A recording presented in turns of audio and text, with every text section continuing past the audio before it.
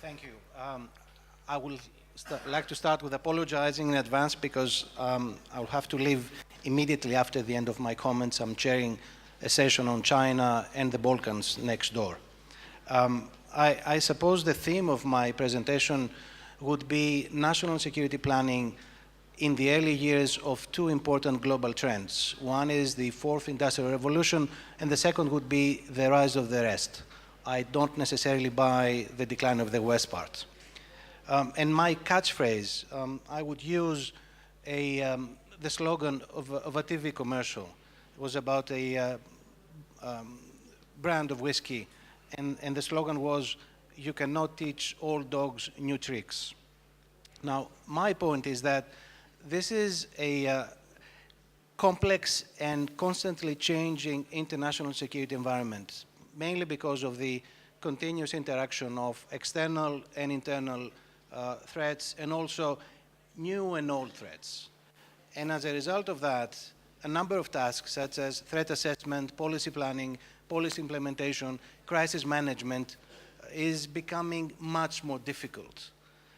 And this trend of increasing complexity is here to stay for the foreseeable future. Now, there's obviously a long list of threats, not only the old conventional, traditional threats, but new asymmetric threats. For example, cyber threats, which are creating a whole new ballgame, and not many people fully understand the consequences or even the rules. Hybrid threats, new types of criminal activity, problems like pandemics, or even worse, acts of biological terrorism, radicalization issues, and the list can continue for quite some time. And the general problem is that this is a globalized world where the bad guys, be that non-state actors or spoilers at the level of states, are having too many opportunities, and the good guys have too many constraints, be that law enforcement institutions or national security professionals in countries that are trying to be security providers.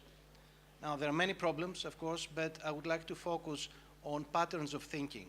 And I think there are three specific problems. One is obviously an old one, groupthink, which is why we need the blue team, red team process to verify every now and then our basic assumptions.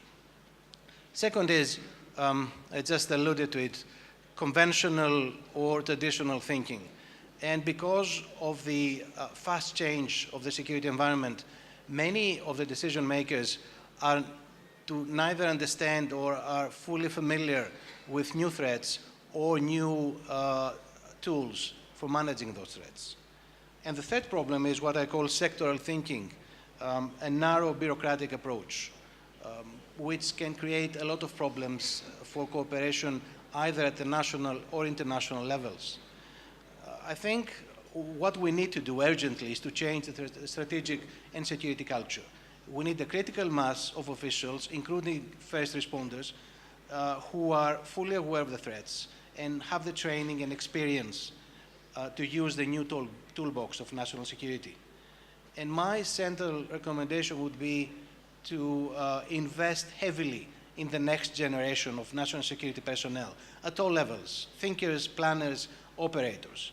We also need to provide extensive retraining opportunities to mid-level professionals at the national security sector. Now, for senior people,